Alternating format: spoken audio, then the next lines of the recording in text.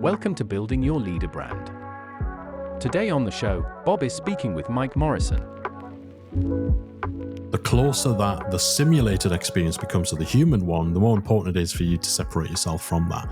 And the recognition that content is so over-commoditized now, you need something else about you. You need the human part. You need to show up. You need to have built that trust in the way in which you go about your business. And you need to integrate community and personalization into the learning experience itself. Hi there, and welcome back to Building Your Leader Brand. My name is Bob Gentle, and every week I speak to incredible people who share their secrets to building, marketing, and monetizing their expertise and the mindset you need for your business to grow and thrive. If you're new to the show, then while you still have that device in your hand or wherever you listen to this podcast, take a second to follow the show. That way you won't miss a single thing. So, how to introduce this week's guest? This week's guest is very well known to the show. Mike, welcome. Sir Mike, Lord Mike, I can't remember which it was last time. Technically, I'm a lord. Yeah, I got one of those, you know, the things where you can buy 1 square centimetre of land in Scotland. I was gifted one of those as a wedding favour for being in a wedding party. So technically, I'm a lord, although it would be embarrassing to ever put that on any paperwork. So, Lord Mike of memberships, welcome to the show. I saw a LinkedIn post from you the other day, and to the observant guest, they'll recognize, hey, wasn't Mike just here a few months ago? This is a bit quick for a return guest. Well, Mike and I had a side conversation at Atomicon a few months ago. He told me he was going to do something ridiculous. He's now done something ridiculous. That's what we're going to talk about today. But the LinkedIn post that I saw was that the average membership owner, and this is the average, not every, generates about $130,000, I think it was dollars a year in terms of income. Now, some people might look at that and think it's a little. Some people might think of it as a lot. But whatever it is, it's a significant number. And I wanted to, borrow into that a little bit, but also look at, you've made a big change in your business model. And I want to, celebrate that, and B, play with it, because it's very exciting. No, it's great to be back on and to actually be able to talk about this stuff. You were quite possibly, you actually were the first person that I told about this, because I was obviously at the event with our head of growth. We'd just kind of decided on this a couple of weeks prior, and I was sworn to secrecy. And of course, because I was sworn to secrecy, the first person I got into a conversation with at Atomicon, which was yourself, found out all about it. So, And I told everyone. There we go. No, Perfect. So I know lots of people who, I want to say lots, I know 2 or 3 people who occupy the similar space to you. And I know how they do business. And gatekeeping doesn't even come close to describing how those businesses typically operate. And one of the things I've always loved about your business is it's always been very accessible. And what you were describing to me was, you're not just going to be accessible, you're going to blow the gates off entirely. Oh, yes. What have you done? So, yeah, we had long since been developing this signature program that was part of our membership. We call it the membership roadmap. The first iteration came in 2016, and we kind of based it on the idea of, we want to give people step by step the guidance, the support, the training, the correct tools, all the way from having that acorn of an idea to launching a membership and then beyond that. And that's a pretty standard, modus operandi for a membership that teaches memberships, right? But we wanted to create that definitive framework. And really, the work that started on that in 2016 kind of came to a zenith in 2021, when we kind of bit the bullet, because we've been kind of trying to find a version we were comfortable giving people inside a membership site that was costing $50 a month. While other people in the space, when you talk about gatekeeping, they were selling these really in-depth but really expensive courses for $2,000, $3,000. And so we always had that thing where we couldn't possibly put a $2,000 level course into a $50 a month membership. And we kind of tried to find ways around that. Okay, well, what can we do? And ultimately, we had the decision back in 2020 where we said, you know what? No, we're just going to create this epic, in-depth, the perfect course on memberships, and we'll give it to our Academy members for their regular price, $49 a month back then. And so that's what we did. It was well received. It helped so many people launch their memberships. And to me, that was the bold move. You know, our competitors, hey, they're selling a course that's inferior to ours, and they're going to charge you $2,500. You can get this exceptionally valuable thing for just $50 a month. And we were fine with that. We were happy with that. That was a big part of what drove people to our membership. But of course, the world of online learning has changed. The membership market and industry has matured in such a significant way, largely prompted on by COVID and the societal changes that caused, which created the perfect environment for memberships to become a lot more mainstream. And then obviously the rise of AI has led to such a commoditization of content that has created a glut of bad advice. A lot of other people in the membership space who are selling programs and a lot of other gatekeepers. And it's just becoming harder and harder, we felt, for someone who wants to start a solid, like, sustainable membership business to actually get the advice that they need. And I think it's harder to make a decision on what to invest in. So even though we knew we had this program inside Membership Academy, cutting through the noise and getting that to people when there's so much free stuff out there, it didn't matter that the free, like, people don't know what they don't know. They don't yet have the knowledge to assess the quality of the knowledge, right? Dunning-Kruger syndrome applied to e-learning. And so it started with a wouldn't it be crazy if kind of idea. I like to have no bad idea brainstorming meetings. Like, what if we just gave the roadmap away and there was a laugh, and then the laugh continued, and then the laughing stopped? And we kind of said, but what if we did? Like, just hypothesize. And that, of course, snowballed. I think that idea was just fragmented in my brain. What if we did something that was potentially suicidal for the business, because we're giving away this epic thing that was such a crown jewel of our membership, and we're just going to give that away to people. And so that's what we've done. It needed updating. You know, it was launched in 2021. Times change, things change. You're wanting to bring it up to date. That was going to happen anyway to coincide with the 10th anniversary of Membership Academy. And then we just decided, you know what, we're not just going to update it for those paying members. We're going to give this brand new version to everybody, completely free. No teaser, no sample, no first module free, but pay for the rest. Not a watered down version, or take the key points into a webinar and then tell people, hey, if you want the full experience, we're going to give it all the workbooks, all the templates, all the resources, the full lessons, the full shebang, completely free.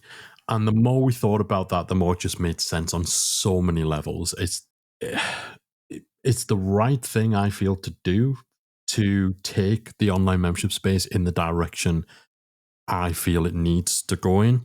And that is being rooted away from snake oil salesmen with half-baked programs, because we're seeing so many people following bad advice, investing their time, their energy, their effort into starting a membership that should never have been, you know, it's the wrong idea. It wasn't validated, but they were encouraged to rush into it because the person who wants you to invest $2,000 in their course has convinced you that you're well, you just start a membership now, just get your first member. Great. But what about your second member? What about your third? What about your 20th? What about your 100th? And so I kind of feel as one of the originators of the online membership space, like the early evangelists for it, when we started in 2015, I feel, and I've been feeling with our 10th anniversary, this responsibility to the space, I suppose, to shepherd it through its next phase, dealing with AI and, you know, dealing with the shifts in the industry as things kind of settle down from COVID. So the way that I figured is best to do that is by giving everybody My absolute best work, completely free, with no catch, no fancy funnel, and really just a mission behind it to help 10,000 new memberships get started within the next year. And that's what I'm hoping to do. So there's a lot to pull out of that. And I think one of the things that really stands out for me, we were speaking before we hit recording, and you were telling me that people often come to you too because they want to start a membership, but actually your dream client is somebody who has a membership. Absolutely. Absolutely. And one of the things I pay attention to, I mean, you'll be familiar with this whole idea of the marketing funnel. Top of funnel, you need to get attention. Middle of the funnel, you're talking about a bit of due diligence and a bit of interest. Bottom of the funnel, we're talking offers and things like that. That tends to lead to very transactional businesses. And when I'm speaking to clients, if it's the right client, they'll be receptive to this. I try and reframe it for them in terms of, at the top of the funnel, we want to focus on mission. In the middle of the funnel, there will be a match if the mission resonates. And if that all works, the money takes care of itself. And what I like about what you're doing there is this is about mission for you. This is about making membership owners, and hard pivot into the old cliche of people won't remember what you told them, but they will remember how you made them feel. And you're beginning every relationship with a potential client from a position of tremendous generosity, solving a problem without anything in return. Yeah. And that sets the direction of travel in a relationship quite profoundly and profoundly differently from your competitors, which I love. Well, absolutely. And you know, of course, as again, that's kind of almost self-appointed defender of the online membership space. Like I don't take issue with competitors in my space. I did for a little while, you know, because we drove this market, we drove this space from 2015. We had it to ourselves. And so when other people started cropping up, there was a little bit of that trepidation, even though, of course, I've been in the world of business long enough to know that competition is not a threat. It's actually a positive. A lack of competition is more of a red flag, more often than not. But I do just take issue with people who I see peddling harmful advice. And coupled with the way in which the membership world has developed, you can't just be ordinary. You really can't. Memberships aren't a novelty anymore. It's not like it was even back in 2018, 2019, where just having a membership was enough. The fact that all this stuff's in a membership, wow, isn't that incredible? Cool, I can get all this training, all these resources for a low price. People are accustomed to that now. People take that for granted. So you need to do even more to rise above the crowd. And this next decade is going to be defined by AI. And for business, and particularly knowledge transfer businesses, which most memberships are, that represents a major shakeup. And so most of the advice that's out there in the world about memberships that people are getting in the formative stages is at best outdated and generic. At worst, it's directly damaging. And I'm in a position where I can do something about it. There's a lot of stuff in the world I can't do anything about. This is something I can do something about, and I can take that risk. I mean, entrepreneurship is risk, right? I can take that risk because, heck, the big risk when this went live is every single member inside my paying membership was like, wow, goody, I can get the main thing that I like for free. Thankfully, not one single person has left the academy. The risk is people do this and then everyone decides, hey, I'm not going to start a membership because it's a lot of work, because it is. And I don't hold back from that. I think in some of the first lessons, I warn you, like, this is work. Like, this is a business. It takes work to build. So it's a lot of risk, but I can shoulder that risk. And what it does do is it does create, hopefully, more memberships that will be here in 10 years' time. We've just we're maybe about 6 days away. I'm pretty sure it was the 27th of August, 2015 we launched. About 6 days away from when we very first opened the doors to Membership Academy, like 10 years ago. And coming up to that 10th anniversary, it's made me really introspective, but also it's made me recognize there are memberships inside my community that are almost as old as mine. They joined day one, they launched their memberships a couple of months later, and they've been around ever since. There are memberships in there that are older than mine. Some of the clients that we first worked with that brought us into the world of memberships, they are still thriving right now. So you now have very mature membership businesses. It's not just the industry. You have memberships that are in their second decade of existence. And those are the people who aren't being served by what's out there. Like, there is not a blog article that addresses that market. There's no training really that addresses that. And when you look at that time frame, even just 10 years, I've been saying it all along, but this really kind of hit it home for me. Launching a membership, that's the starting pistol, not the finish line. Like if you work and you put together a course and you get the course out there into the world, so much of the heavy lifting is being done. You then have a product and it's just a case of flogging it, right? But with a membership, it is day one when you launch your membership. It's not the completion of anything, it's the start of something. And the process to launch, technically I could have a membership launched before we finish this conversation from a mechanical point of view. But to do things right, that process, ideally you're looking at a 3-month ramp up. 3 months out of 10 years is a minuscule part of that journey, but it's also the most essential. It's that first brick in the wall.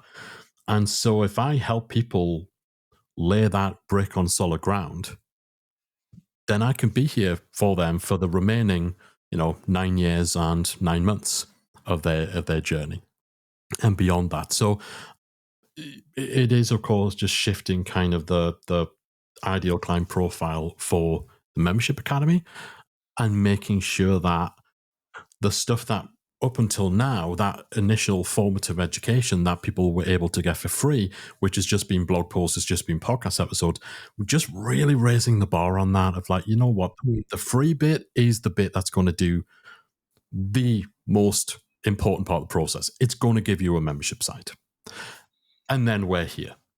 So I would like to speak about AI a little bit, because as you were thinking, I was having some ridiculous ideas. And one of the reflection was, you know what? I could probably pull together a course on how to build a membership in under 30 minutes. So could anybody else. Yeah.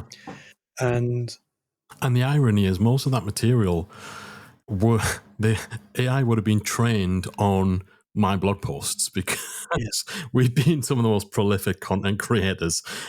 I do have that thing. I'll chat to AI and kind of think, that sounds familiar. That really sounds like me. Wow. No, of course it sounds like me. It's regurgitating my content. Anyhow.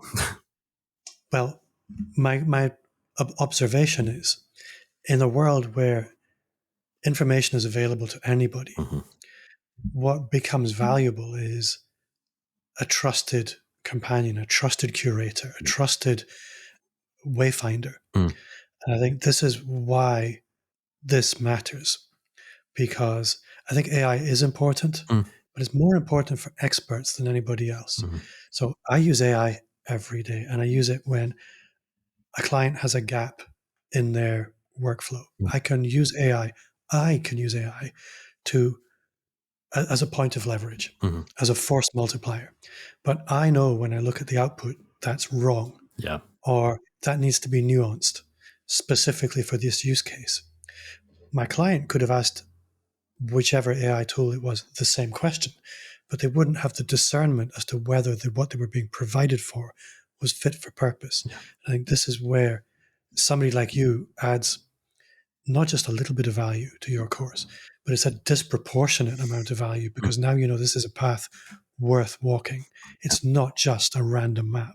Exactly. And, the fact that someone can get that tailored action plan and that tailored course from ChatGPT or Claude or wherever faster than they can log into your membership or your course platform.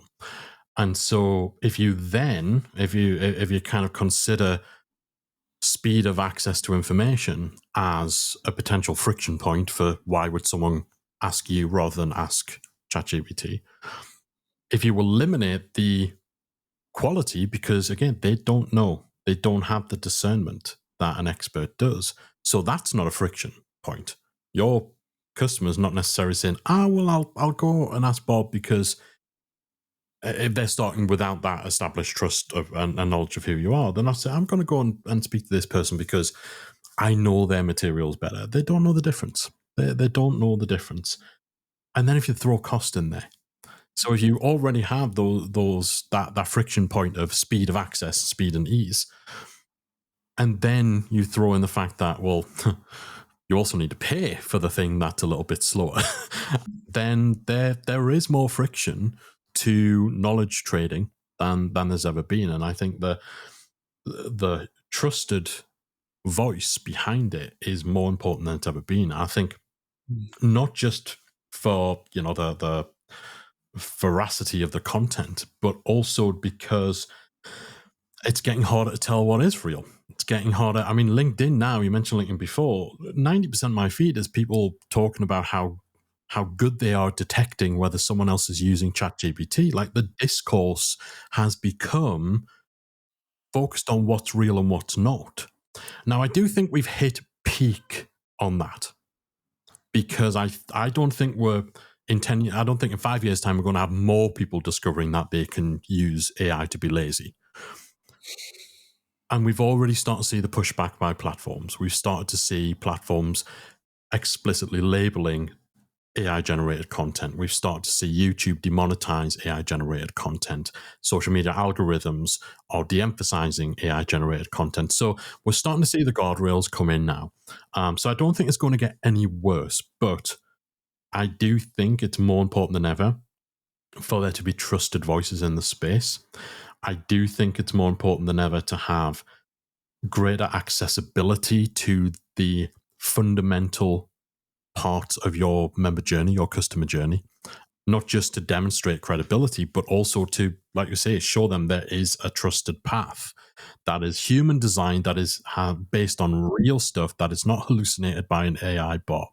And that is worth the little bit of extra friction of having to log into a website. But it's interesting you mentioned I could put together a course on creating a membership site in 30 minutes. I think we are a year away from anyone who wants to study a course on anything going to a service, saying, like, typing in what they want to know, typing in a bit about themselves, hitting a button, and then AI generates the material, creates videos from that material, creates the downloads automatically, the resources from that material, automatically plugs it into a learning management interface that looks exactly like your course website or my membership looks like. So it's a familiar design pattern, and then utilizes AI agents to act as a tutor, to nudge, to remind, to remember, to encourage people along. All of these components can be done already. Every single, the hard bit is done. The content generation, the formatting, the faking of a human video, of a human voice, the synthesization of a AI expert, the agentic approach to follow up. It's all possible now, especially with the introduction of AI agents with ChatGPT. It can all be done. The only bit that's missing is user interface. It's the pulling together into a user interface, and it is the mainstreaming of that. If you think about a platform like Udemy, so we have udemy.com, which is just such a long-standing marketplace of courses and training that a lot of people have been selling. I've never read their privacy policy, but I don't know if there's anything there or in the T's and C's that would prevent them from feeding an AI bot, an LLM, on all of the training content that has been created and put on their platform, so that in a year's time, 2 years' time, Udemy is no longer a marketplace of human-generated courses. It's a marketplace for your course on demand. Personalized, tailored courses to your needs, presented the same way that the human-generated courses were, costing less because you don't have to worry about paying people, and delivered instantly to your specification. that is not an AI challenge anymore. That is purely someone having the idea. I'd be astounded if someone's not already thought of that, because I'm not smart enough to be the only person who's thought of it. It's having the idea and pulling the trigger on it. And it is a user interface challenge that's left. And user interface is easy. It's a lot easier than figuring out how to make AI do all of this stuff. It can do all the pieces already. I don't think we're too far from seeing that realized. Just Listening to that, I was scare anyone selling courses, by the way. well. You say that, however, you remember when Wix and Weebly and Squarespace came along? Because I think you and I both used to work in the web design industry, and the whole industry thought the sky was falling down when these tools came along. What do you mean muggles can go and build their own websites? This is terrible. When what actually happened was the bottom of the market started to play where they never played before. And people like you and I would suddenly be faced with discerning buyers who knew what they wanted. Yeah. They appreciated the good value premium product, where prior to that, they resented spending the money. And I think we'll probably get to the same point, that those who don't want to pay won't pay. Yeah. And I think and at the moment, maybe some more of those will actually manage to do something with the dross that AI gives them. But yeah, I do think you are right with that. I think what that then means is you need to be differentiated, and that is where the human element, that's where the becoming that trusted voice comes in. Because if you are indiscernible, if you cannot be separated from an AI course, right now, one of the main inconveniences of going to ChatGPT and say, create me a course on a membership, is that it's just going to spit it out as this huge long wall of text, and that's just not conducive to learning. The closer that the simulated experience becomes to the human one, the more important it is for you to separate yourself from that. And the recognition that content is so over commoditized now, you need something else about you. You need the human part. You need to show up. You need to have built that trust in the way in which you go about your business. And you need to integrate community and personalization into the learning experience itself. So there's one aspect, I think, of AI that people don't fully appreciate, which is, you remember when the internet came along? Oh, sadly. And suddenly you had people who were internet specialists and experts in the internet. And we're in a similar place at the moment with AI. Yeah. But it's very quickly, A, going to become ubiquitous. It's in everything. But B, at the moment, there are AI products that can get away with charging $200-$300 a month, much more than that. But because it's going to become ubiquitous, and there's very little, other than generating the models themselves and hosting them, there's very little, I don't even know how to express this.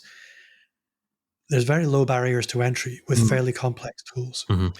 So it's going to be very difficult for anybody to really monetize AI in a meaningful way. Yeah. And what that will mean is it's everywhere in everything, which means the playing field is suddenly leveled again. Yeah, it's kind of like do you remember when Web 2.0 was a thing?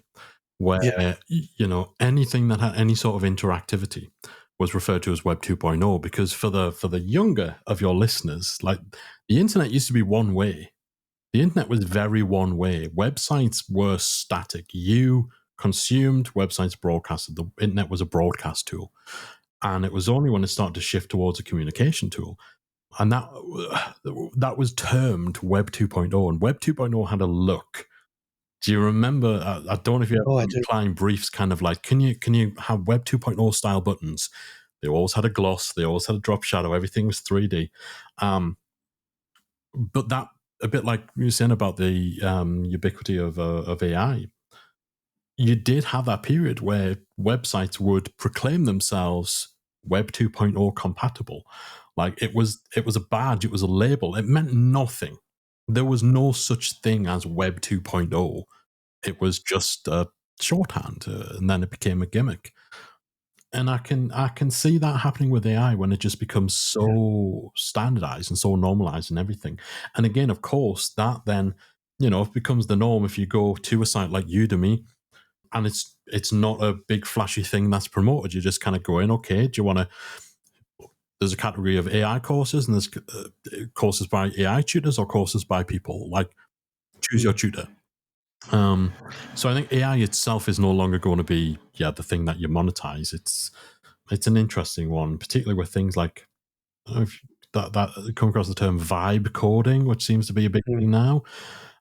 There's just interesting kind of things happening again in that kind of low barrier to entry point, but also the kind of bottom end of the market that don't want to pay for stuff. And I do wonder if they'll just end up feeding each other, whether the people with the low skill set really, who are using AI tools to do things that otherwise were only ever possible for people with a larger toolkit, but whether the type of things they're creating are only ever going to serve that bottom end of the market who were never really going to be seriously investing in good training, good services, stuff like that. Yeah. I think they will establish a need, and they're great for minimum viable products. But the analogy that I've been thinking about quite a lot is power tools. Power tools give the average person like me the ability to make a real mess. And sometimes they can get a job done well, but you put them in the hands of a craftsman, they're a point of leverage, they're a force multiplier. Yeah. And I think this is the distinction, is that there are people in membership spaces who are craftsmen.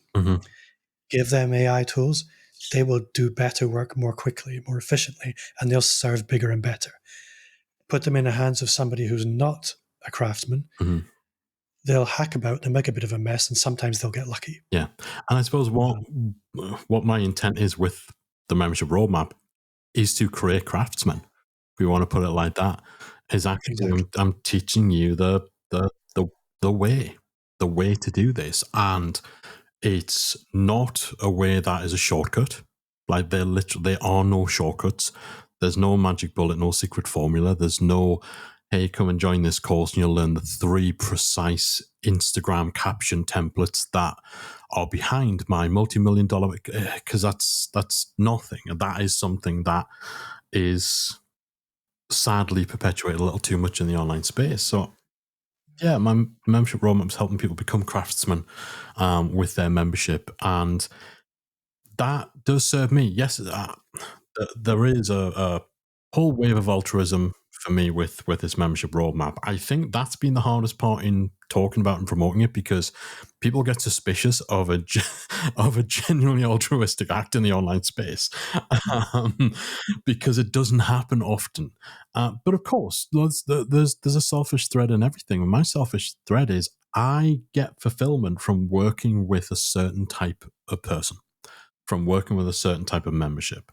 And that has always been such a huge driver for me. Even back in my agency days, I reached a point where I stopped trying to pitch myself to clients and I started making them pitch themselves to me. Some of that was a tiny little bit of ego.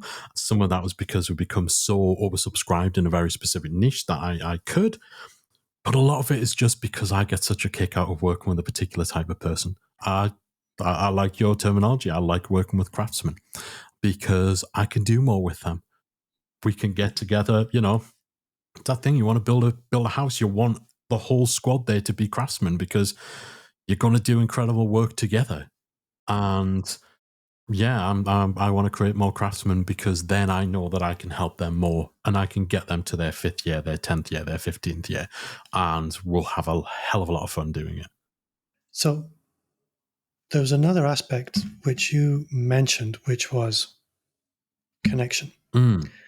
And obviously in the membership roadmap, there is a community aspect in as much as there's a Facebook group. But I remember I used to be a client of yours. One of the things I really appreciated was there are many people who provide courses which are information, but it's a little bit like, I want to learn to play tennis. I will read a book about playing tennis and then I will go and play tennis. But the coach is never watching. Yeah.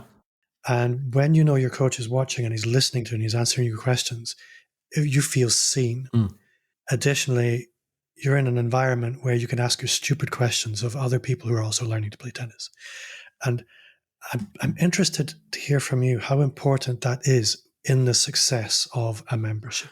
It's pivotal for most memberships. I am going to caveat this, and I hope one of us remembers that we circle back to me saying most, because definitely is a most situation. But absolutely, the human element again is becoming even more important. It's always been a key factor in success for online memberships, but I think now more than ever, it's critical, and it's not just about giving people a place to talk, to ask. It is about fostering identity and belonging, and really, really getting to the heart of your audience, because they want to feel seen. They want to feel like they're in the right place with their people, like they're safe, even in the most mundane, the most the most. I don't want to say boring. I hate the word boring, but still boring.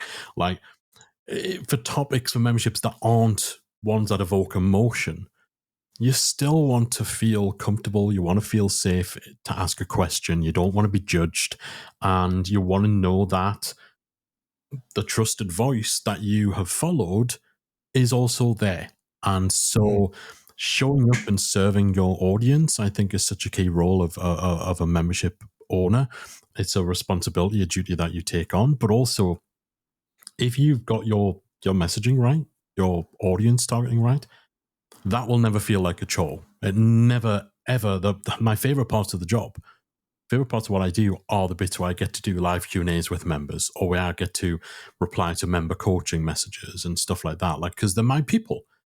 Like, this is my squad, this is my crew, this is my team. These are people like me at different points of the same journey. So I think fostering community within your audience, not just for memberships. If you can find ways of making your members feel, your audience, your followers, your customers feel more than just informed, then that's going to be the heart of what's going to push your business forward for years to come. You can make them feel like they belong, like they're valued, they're seen, like you've got them. You've got them covered. If they have a problem, they can come to you. So most memberships will have some form of community, not just a forum or a Facebook group, but an identity, rituals, a way of recognizing accomplishment, a way of supporting each other, a way of keeping each other accountable if that's a part of the process, the journey that they're on, what they're there for. Opportunities to actually connect in real life, to connect on calls and see each other's faces. And really that humanization of a learning experience, I think, is what is going to be the differentiator we talked about with AI. I think just setting and forgetting a membership, dumping some content behind a paywall is not going to sustain you. One exception. So I don't know if I talked about this last time, but effectively we've distilled down the core reasoning for why memberships exist, what needs they serve, into what we call membership motivators. So there's 4 membership motivators. And Bob, I know you've enrolled on the membership roadmap yourself. You will learn all about the membership motivators in module 2. But there's four membership motivators. The first is outcome. This is behind a lot of memberships. People want to undergo a particular transformation. They want a solution to a problem. They have a destination they're looking to reach, and there's a fairly linear process that gets them there. My membership is an outcome-driven membership. You want to launch and start a membership site, and then you want that membership, you want to grow it, you want to build it into a business of substance, you want to scale that business, and then you want to evolve that empire, right? So you want growth, continuous growth, and that is a linear journey pretty much. There's an outcome you want. That's the first and quite common membership motivator. The second is mastery. Similar to outcome, but with no real end point, where it's more about lifelong learning. It's about leveling up. It's about refining, perfecting, but you don't have an expectation of there ever being a point where you're done. Music memberships follow this a lot. You never complete guitar playing, right? But you perfect, you refine. And then you have connection-driven memberships, which are all about connection, where it's not about learning things. It is about the network effect. It's entirely about being connected, being in a space that is safe, that is nurtured, that is occupied by like-minded people, either working towards the same sort of goal, the same sort of lifestyle, or just celebrating a fandom. But it's entirely connection-based. It's not really going to be much on the content side. All of these types of memberships would typically have a strong community element to them. Of course, connection-based memberships, it is the beating heart of what they do. But community will be the accelerant. It'll be the extra, the secret sauce for an outcome or a mastery-driven membership too. But the fourth motivator is resource. So this is where it is predominantly transactional, but that transaction is repeating based on just a continuous need. But it is, you've got some stuff, I want access to that stuff. I don't need a conversation about it. We don't need to chat about it. I just want your stuff. So this is usually resources that are things which will make someone's life easier. Help them do something that they do over and over and over again. Faster, better, easier, with less friction, cheaper. So a perfect example of this is a website called Teaching Packs that is from one of our long-term members, a guy called Mark Warner, fantastic guy, lives here in the UK. This is a membership site aimed at, I believe it's Key Stage 2, it may be Key Stage 3. I don't even know if we do Key Stages anymore because I'm old, but it's aimed at kind of, I think it's like primary school age kids. And what his membership offers is bundles of pre-made classroom materials, worksheets, sheets to color things in, exercises for students to do, the kind of things that most teachers are sitting at home in their evenings, on their weekends, devising and coming up with themselves in order to teach the key parts of the curriculum. And he does this for you, and he sells them in bundles that are themed, bundles that are topic-based, and he's mega successful. It's been well over 10 years of running this membership, and it's continuously growing. He doesn't need a community. Teachers do not want to spend their evening, the 2 hours that you've saved them in creating their materials for next week. They don't want to then just be sitting around the campfire singing Kumbaya, right? They're busy. They're in, they're out. They are in your membership to save time, get the stuff done a bit better, and because they trust you, they rely on the quality of your material.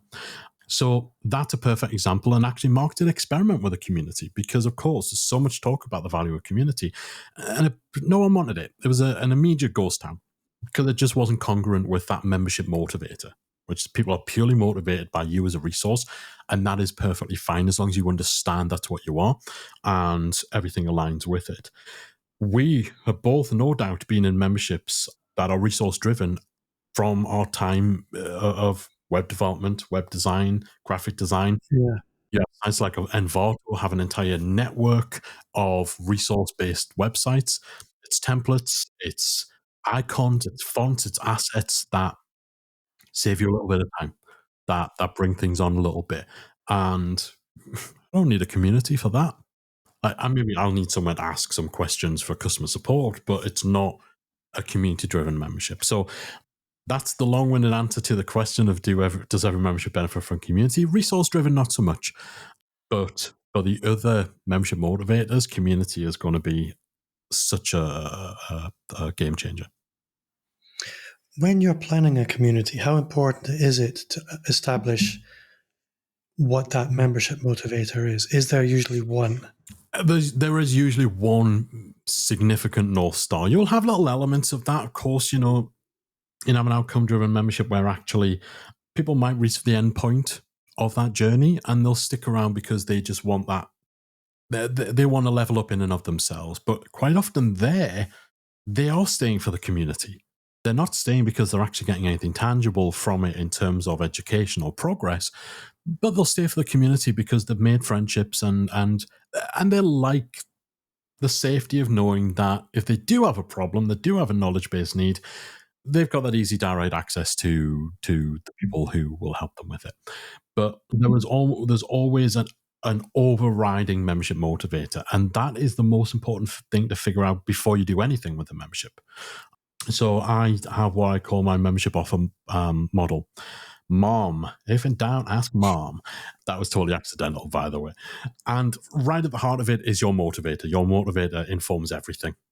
Your membership motivator determines everything else. From there, that's going to help you identify essentially the segments within your member base. So if it's outcome driven, what are the key stages? What are the key milestones?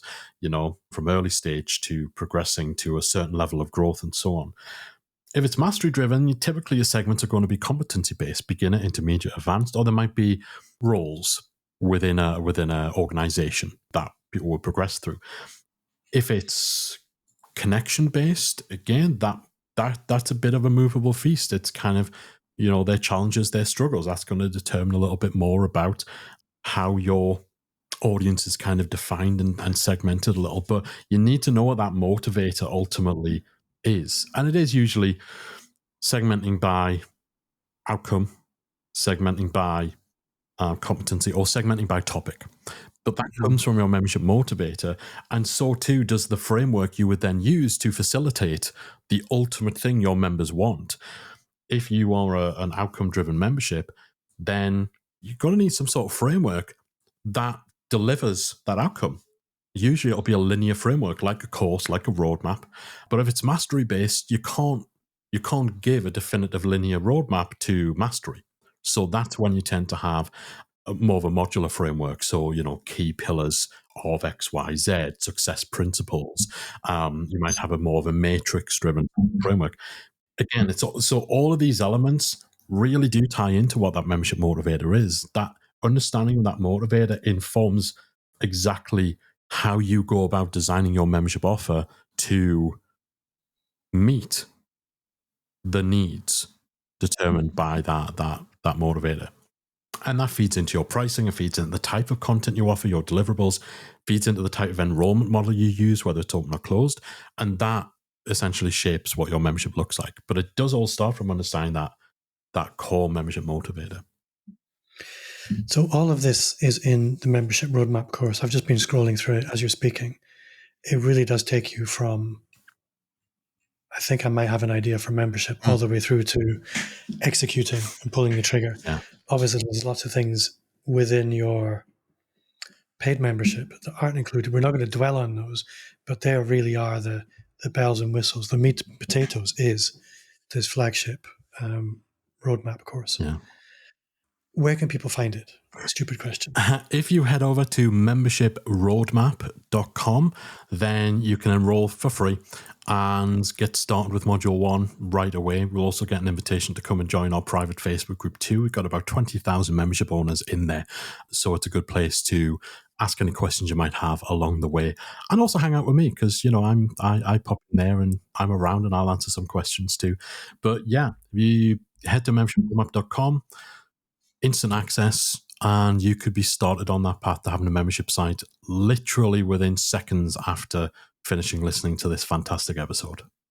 Well, Mike, I am looking forward to getting stuck in. Hopefully there are people at home listening or watching, depending on whether I put this on YouTube or not. Sometimes I do it, sometimes I don't. But as always, thank you so much for your time. Oh, it's been an absolute pleasure. Thank you for that support and thank you for having me back on. And I look forward to seeing how you progress through the membership roadmap and your journey to becoming a craftsman that I am absolutely stealing, by the way.